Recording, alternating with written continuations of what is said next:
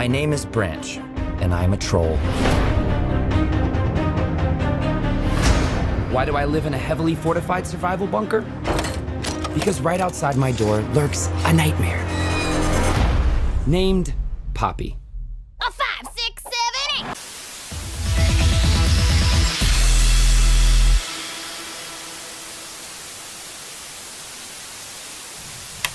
Hello and welcome to Watchin' Stuff, the show about watching stuff. And today, I, Nero, your beloved Italian-American New Yorker, now living in Arizona. God damn, it's hot over here.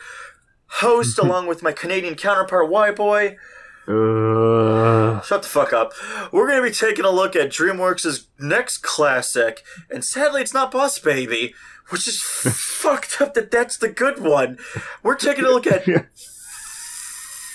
fucking Trolls, because apparently the company of DreamWorks recently acquired the toy line rights of the Trolls line. So they decided we need to make a big hour, 30-minute long commercial to sell these shitty toys that are really irrelevant. Yeah. And I'm just thinking back on how I played with the troll dolls. I remember just picking up one by the hairs and just spinning them around. That never happens in the movie. There's never a cool fucking fight scene. Actually, that's the thing I have to ask you. I was on the porcelain throne praying to the porcelain god the other day, and I have to ask you, did the trailer, when you saw this, pitch to you a more action-adventure movie than the rom-com it ended up being? Yeah. If I had to really just sort of compare it to something, I would say it almost felt like the Smurfs trailer in a lot of the ways. Which one? The animated one that just came out. Oh, the Lost Village? Yeah, like just them going off somewhere to basically go on an adventure to save everybody, and that felt like what Trolls was going to be. But yeah, it's not an adventure story. It's a romantic comedy story. Yeah, it's like a rom-com. Like, it feels like two separate movies, because on one hand, you have the setup. There are the Trolls, which are going to be our protagonists, and they live in a world that coexists with a large race of, they're basically ogres or orcs, but they're called Bergens. Now, Bergens are basically these big, dumb fucking creatures, and when we mean dumb, we mean really fucking dumb. They're so dumb they can't seem to understand how to feel happy, which we'll get to the reason why the movie falls apart then. But the only way they can actually feel happiness is by eating a troll. I love that setup. And yeah, I really loved too. It felt like that was just like the moments like, oh my god, this is surprising us. This is actually pretty dark for the beginning of a Trolls movie. That's such a dark kind of, that's such a fairy tale, grim kind of thing.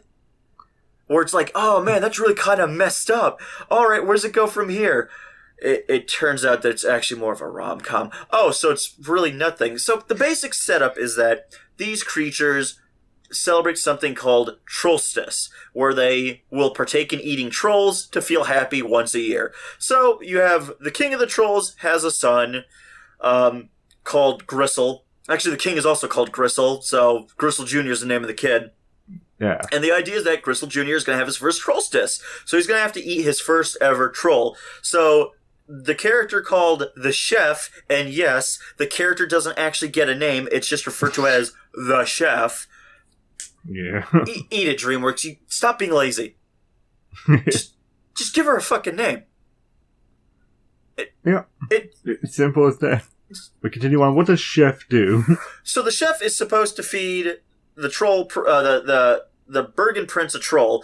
Obviously, feeds the prince. Turns out the trolls are gone. Trolls all ran away because the trolls realized, oh shit, we shouldn't stay here. Yeah, we don't want to get eaten. Yeah, like the tree they all live in is in the center of the Bergen town, and I guess it must have taken years, because this must have been such a common occurrence that it kept happening, that the trolls eventually pulled all their heads out of their collective asses and realized, oh smokes, we should dig a tunnel under the tree and leave. And they do. Yep. And so they managed to do that, and then away, and Chef's just kicked out of the kingdom, sort of ostracized and all that. Right away, the king's just like, Chef's fault. I prepare the damn food. I mean, shouldn't you have hunters? Or gatherers for the food?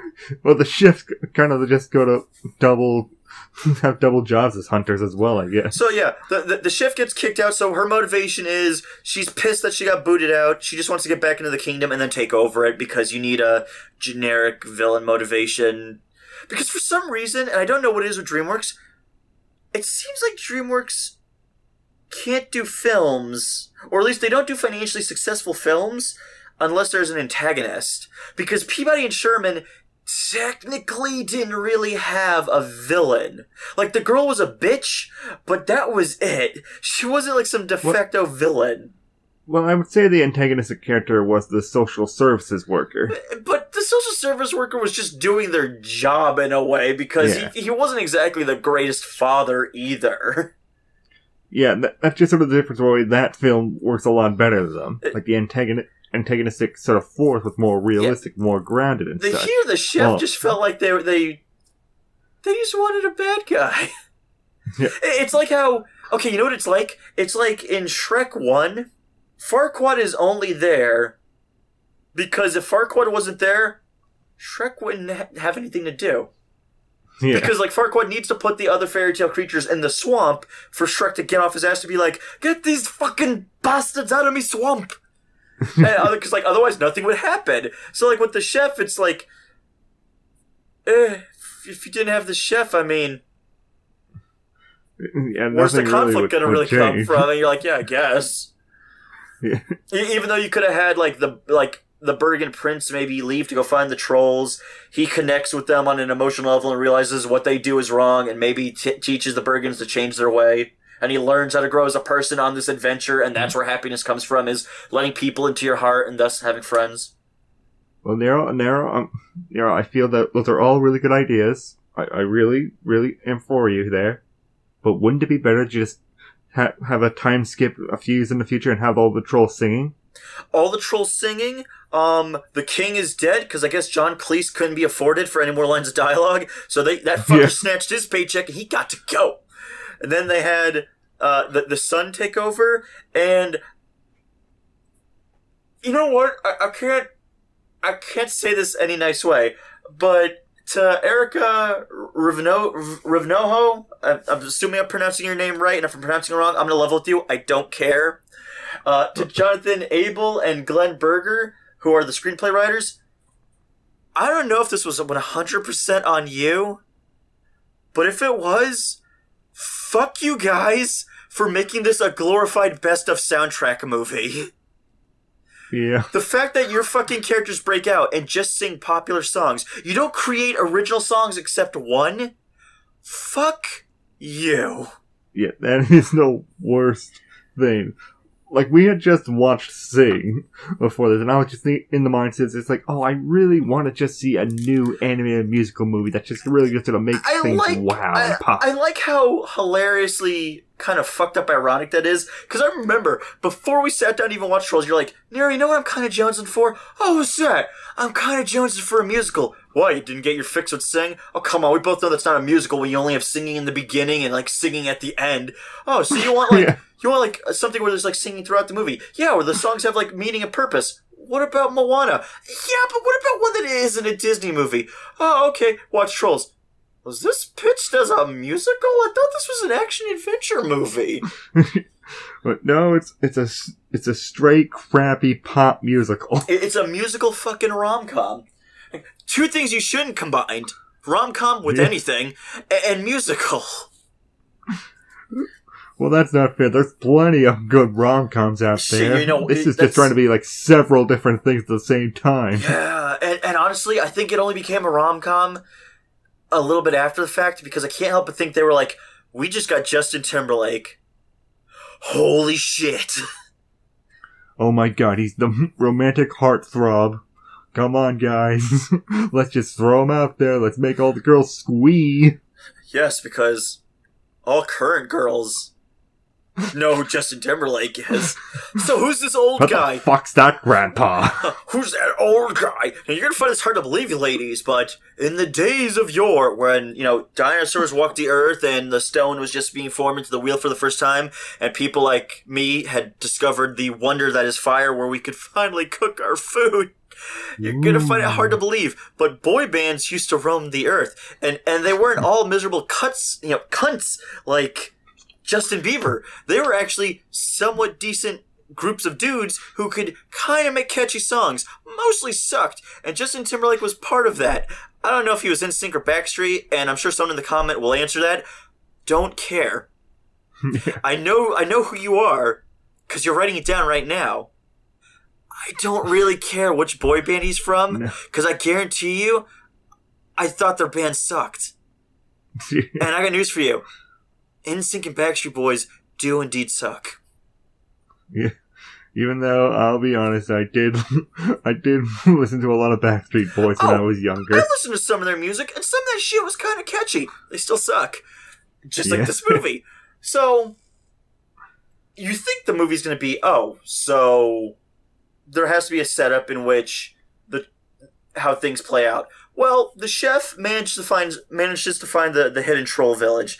Now, she manages to find the hidden troll village because the lead character named Princess Poppy, who's an asshole, by the way, decides to throw the biggest rave imaginable with bright, colorful fireworks and loud, bombastic music. And you're gonna find this crazy, but when you have like a dark, dreary forest and a dark, dreary kingdom, you know what stands out in all the darkness? Bright, colorful fireworks. Yeah, it's even better when you just have Justin Timberlake walk in and just like, guys, if we do this, the Bergens will find us. I hate that this movie constantly makes it like, Branch is a douche. Why? Because he's the sensible one? Yeah, what an asshole. You're the sensible one who doesn't want to get eaten by a freaking Bergen. Also, what's wrong with him? I think I realized why they named him Branch. Yeah. Because he's a stick in the mud. How much you want to bet? How much you want to bet some fucker's thought process was that? You know, I would actually think that would be pretty clever if this movie was written better. Yeah, but the thing is, he is a stick in the mud, but he's not a stick in the mud because he's an asshole. He's a stick in the mud because of a very, very logical form of reasoning. There are these giant creatures that want to find us, and they want to kill us and devour us. Yeah, and the issue is with all the other trolls, they are just so blissfully oblivious to everything. They just want to be happy and huggy and all such things. They're so lame because it's such a generic sense of stupidity where it's like, okay, you know how people give the Smurfs shit? Because they're like, their name is whatever their personality is. Gutsy is tough, he's tough. Clumsy is clumsy, and so on and so forth. At least each Smurf, despite being one name, that might be one trait per character, but it's a trait. Yeah. The fucking trolls are all the same. Except Branch. Because most of them are bubbly, cheerful, happy-go-lucky. For fuck's sake, they set their watches to have hug time. Yep, every hour on the hour. What the... Yeah, well, I'm just reading off the list of all the... I would just say the standout trolls. Well, they had like the squad of 5 that went with Poppy on her adventure. Yeah, this is the worst squad that I ever seen in an animated movie, because they don't really do anything, this squad. They just get captured. Oh, there's equally a worse squad. You never saw Suicide Squad, but, I mean, that squad was pretty fucking terrible. Nobody on that team actually had any skills that worked. Well, at least they were still the focus of their movie. That's true. They didn't disappear for a portion in a fanny pack. Yeah. It wasn't just like the Suicide Squad's out of the movie for this time, but when they're back, it's like, oh yeah, they're the best team ever. But no, we got Cooper, a giraffe-like looking troll, as said on Wikipedia. It's just sort of like the most ugliest design out of all the trolls. That was the character in the trailer where I realized I wasn't gonna like this movie because he shits himself when he sees the Bergen chef and cupcakes come out of his ass. Cupcake?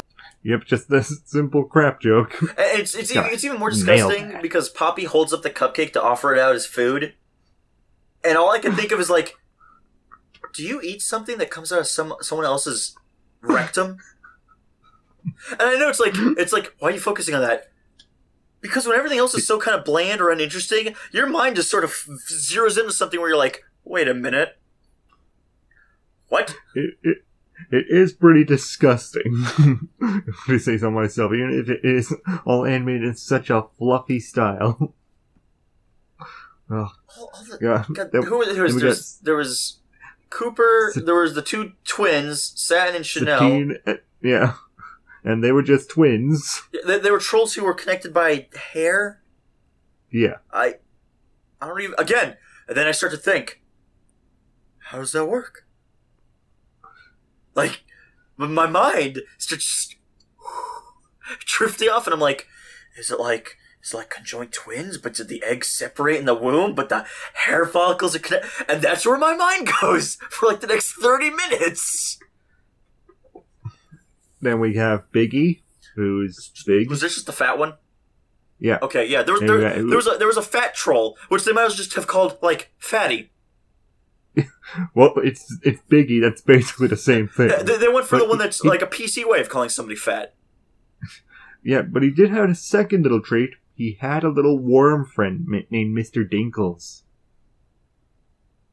You know, some people, the phrase dinkles is slang for dick. Yep. And then the last of the great squad is named Guy Diamond. A troll covered in glitter. Now, you guys remember those toys. I mean, maybe you don't because it's been a while, but there was a variant of troll toys where they're covered in glitter. Well, the cool thing about this movie is they're able to, take attributes from the toys and tie it into the movie as superpowers. So that's kind of cool. So the trolls can do kind of cool things with their hair, except when they don't. And Guy Diamond has this awesome ability to shoot glitter out of his asshole. I think we have very different ideas when it comes to awesome powers. Well, I was being 100% sarcastic. Yeah. I clearly... He shoots glitter out of his rectum.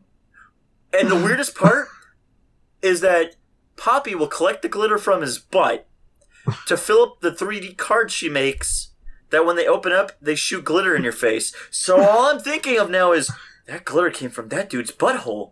And that glitter went on that dude's face. Is it like that dude's like going ass to mouth with that other troll? So for the next 30 minutes, I'm just thinking of like these trolls 69ing, and I'm like, that scene better happen in this movie. Like, if one of the trolls 69s with Guy Diamond, does the troll who's 69 Guy Diamond have like glitter all over their mouth? Like, if I 69 Guy Diamond, like I spread his cheeks and go all up in that shiny disco laden ass crack, like, will I come out and have sparkles in my beard and all over my mouth? These are questions that needs to be answered, and these are the questions the movie raises. They don't. They don't. So okay, after the Bergen chef shows up and she steals Poppy's friends, she's going to go to the kingdom and actually serve them as food. We get that. So Poppy's going to go on an adventure. She goes to Branch for help. Branch obviously is like, no, I'm going to stay safe in my bunker because I don't want to die or get killed. Poppy, who's a bitch, decides to invite everybody from the village into his bunker just because she knows it'll upset him. What a vindictive whore. After that, she goes on an adventure, sings a terrible song, by the way, is saved by Branch because she's an idiot. They get to the the not-so-magical kingdom of the Bergens, where they have to save their friends, and it turns out they meet a scullery maid named Bridget. By the way, these names are very random.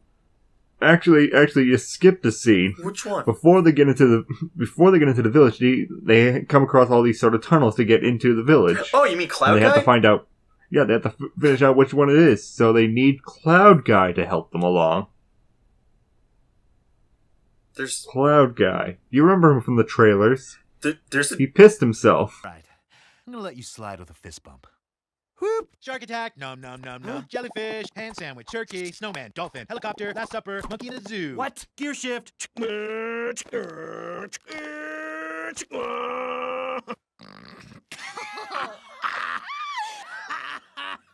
Okay. Now I'm thinking we hug. And then I just start thinking to myself, what is the anatomy of this entity? How does a cloud have a face or the ability to urinate? Does he 69 with Guy Diamond and get glitters all over him? I don't know. This needs to be rectified with Guy Diamond's shiny rectum. Hey, that Cloud seems like a very easygoing guy. He would be open-minded to 69ing. To be fair, Cloud Guy was probably one of the few characters I think we got a chuckle out of, because we were like, you know what? That thing isn't boring. It has no place here, and it's completely irrelevant to everything happening. But it's kind of creative. No, I did not think that at all. Like, geez, when they came out, just like, okay, we just saw you, and now you're gone. Yeah, isn't it Why weird? the fuck did we need him? I swear to God, the trailer was indicating that was going to be a main character. Yeah. I thought that was going to be like the donkey to the whole like dynamic. Yeah. No, there's one scene. A fucking cloud with kicks on. It shows up, pisses itself, and leaves. And we're just like, why'd the whole movie have to stop to have a joke about a cloud dude? Like, did Walt Dorn, the guy who voiced Cloud Guy, did like they owe him a favor where it's like, you could choose one thing we can put in the movie for you to voice. I want a fucking cloud guy with kicks on. I need to be a cloud. That's my dream. Maybe he could 69 that sparkly glitter-looking motherfucker. No, man. You're just gonna have the one scene at the beginning and the one scene at the end. That's it. So, they go into the fucking village, they go to get the friends, and then they meet the scullery maid, which is a kind-hearted Bergen named Bridget. This is where the movie completely, utterly falls apart. It completely does. Till this point, we were just thinking, like, yeah, this is just gonna be a whole meh thing. Like, we're liking bits of it where it's going, but we're getting annoyed at some bits, obviously. Yeah, but it's gonna be like an action adventure. They introduce this character, and everything falls apart because they said Bergens are unable to feel happiness unless they eat a troll. Bridget clearly feels happiness because she's smitten with the prince. You cannot set up an obstacle and have it then resolved and act like it isn't resolved. Yeah, and they just continuously just says, like, I can only be happy if I eat a troll. Well, I can only be happy if I eat a troll. Remember when I said to you when we were watching it? I said, so, Prince Gristle, and out of nowhere, my mind goes, when I get bored, my mind thinks, Yeah. I said to you, do you think his dad just, like, begrudgingly fucked the mom to have a son? Like, he was just like, yeah, I'm fucking this woman. I'm gonna have an offspring. Here's your brand new baby boy. Oh boy, I guess I still will never know what happiness is unless I eat a troll. I raised my son. I guess I'll never know happiness until I eat a troll.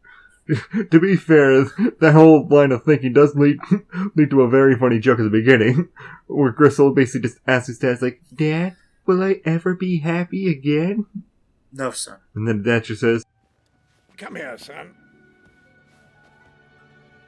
Nothing. Absolutely nothing. You will never, ever, ever, ever be happy. So the only joke better than that is when the one really foppish Bergen character played by Rhys Darby, who's just a voice actor I really like, where you said, I bet you he touches little kid Bergens. And I just lost my shit at the notion that he's a pedophile. It was more like, oh, I can be happy too. I'm happy when I touch little kids. That's horrible, but the movie is too, so at some point something had to make me laugh. Yeah. So the rest of the film is the trolls helping Bridget lie about who she is so she could get romantically involved with the prince. You know, not escaping or anything like that. You know the thing that gets me? I wouldn't have had a problem if they were teaching her to just open up more. That would have been fine. But the fact that they went with the whole, let's lie about who we are, that's a great way to start a relationship. I was just like, yeah, I'm done with this. Yeah, let's force happy feelings, everybody. You can't. You can only feel happiness if you eat a troll. Yeah. It's part of the narrative, man. That's the crux. Remember they get to the end of the film, the prince is like, I don't know what happiness is. What did you feel when you were with Bridget? Did you feel kind of good? I think I was just full-on pizza because he's fat. Yeah. And Bridget says, I just felt that too. I thought I was filled with pizza too. Because I'm fat. Fuck this movie. I was ready for action adventure, which I'm pretty sure the reason the trailers are the way they are. It's to trick you into thinking it's going to be that. Because if they were selling this as a rom-com, no one would go see it. Or at least people may go see it, but I doubt a lot of people.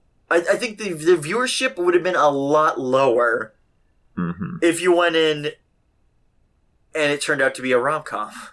Yeah, for me, the rom-com aspect was just sort of bland. It wasn't really irritating to me.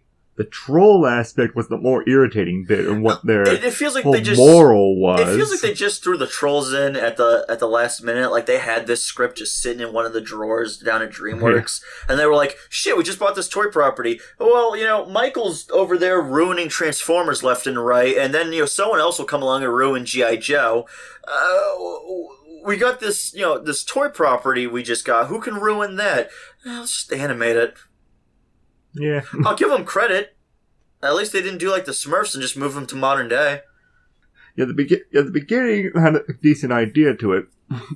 But just basically the sort of through line for the trolls is like they're all about happiness and such, and it's just about pumping up everybody to just be happy all the time. That's why they even have the 1 hour hug moments. It's like the opposite. It's like the opposite of Inside Out, where Inside Out teaches you it's okay to feel sad. In this one, it's more just like, you just need to be happy all the fucking time. Which, by the way, that's really unhealthy, because it's basically causing you to repress other healthy emotions to have.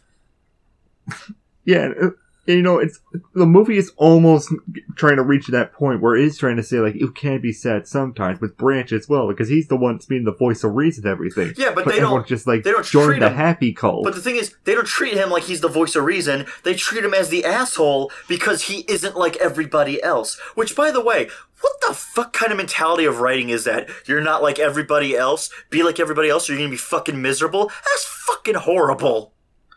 It's ironic because the whole lesson to Shrek is accepting who you are.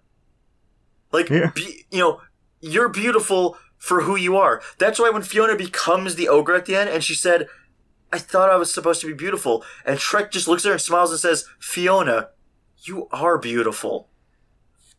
Yeah, but not in this movie. Basically, Branch wrote the whole thing is all gray all over because he had a tragic backstory and such.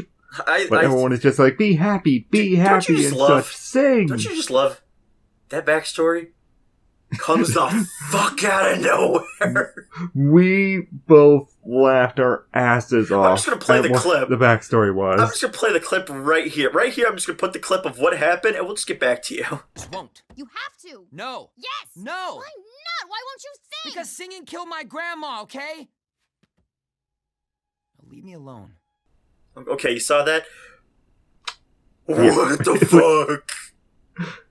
They just killed her. I think the only way it could have been better is if they saw the Bergen flat out just eat her then and there. Because then at that point I just would have been like, no wonder he's so fucked up. Which makes everyone else an even bigger asshole because it's like this weird, creepy happy cult.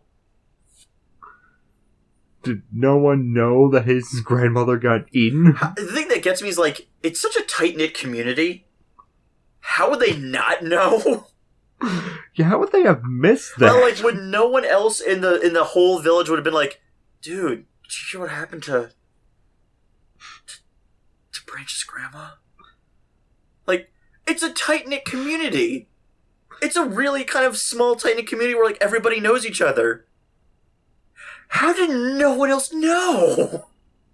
Yeah, it doesn't make any sense there, but they basically just say to them, you gotta be happy anyways. Yeah. You gotta sing anyways. Like, honestly, no, you know what? This is rock bottom, man. I can't. I couldn't, first off, I feel like the trailer just flat out lies to me. I feel like the trailer's saying action adventure comedy. It's not. It's a rom-com. that was a lie. I felt like I didn't think it was going to be a musical. I knew there might have been some singing in it because of the trailers, but I didn't expect full-blown musical. If anything, I thought it was going to lampshade the idea of it. Like, you know how, like, when you watch Shrek for the first time, it sort of mocks the Disney movie mentality? Yeah.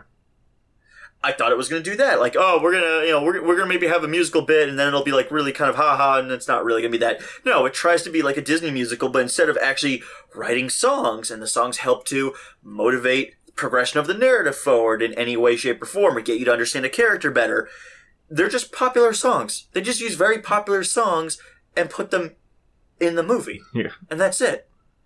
And then on top of that, Poppy is an asshole. Because basically, she's forcing her view onto Branch instead of just calmly trying to understand him. It's basically either force him to try and be happy, or just push and poke the bear until finally he fucking snaps and mentions his grandma died. Yeah. So, Poppy's an asshole, and the rest of the characters are just so boring and uninteresting. Really, nobody in the group has a personality outside of they just Chipper. have a thing they can do. Kind of. But, like, no one even has, like, a unique special power. Because the hair thing, all the trolls can do that. The only one that actually has unique power is, you know, Guy Diamond 69 who could shoot glitter out of his butthole. And that's it. Yeah. Like, everyone could do the hair thing. This was horrible. And the fact that this is getting a sequel, it baffles me, because like, they make peace with the Bergens at the end. What fucking story is left to tell? I don't know. But I'll just say from my own perspective, I would give it a rock bottom. If you fucking don't give it anything less than a rock bottom, I'll smack the shit out of you when you visit me. well, I'm sorry. I'm just thinking of all the points that I did like the writing in it. Like, there was Clipper right at the beginning, and there was jokes where we legitimately laughed at it. It doesn't feel like it was, like, the worst of the worst shit. It was just mostly, like, the most annoying and the most annoying stuff. Because it has all these good points to it, but it just basically destroys it all. I don't think it has... Like, okay, the animation's great, but I expect that from DreamWorks. If anything, one of the things this movie has really going for it is that in terms of an experiment of animation, it looks fucking amazing. Yeah, I really love it. It sort of has a Yoshi's Woolly Worlds in a style to it, where like everything feels feltish. soft to the touch and the eyes. Yeah, there's like a cloth kind of feel to the thing. And honestly, like, that was one of the cool things about it. Boss Baby was them, right? DreamWorks?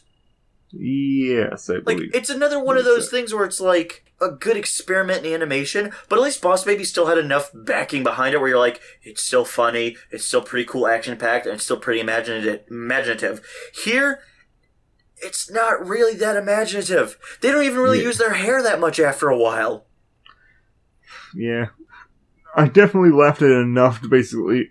It basically just rockets right down to rock bottom, that bounces back up to just crud chowder, because I just laughed at some of the stupidity of it. You know, like fucking stupid Guy Diamond. I'm still gonna give it a rock bottom. I feel like it lied with the promotion. I feel like the writing... It starts off dark, and you're like, oh, okay, then it just goes into nonstop wacky comedy, and then I know her grandma's dead, and you're like, what the fuck?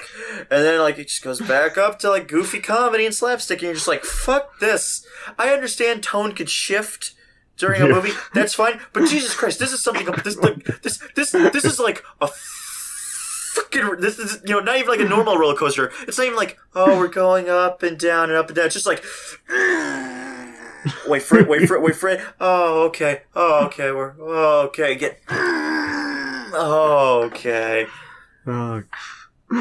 Like,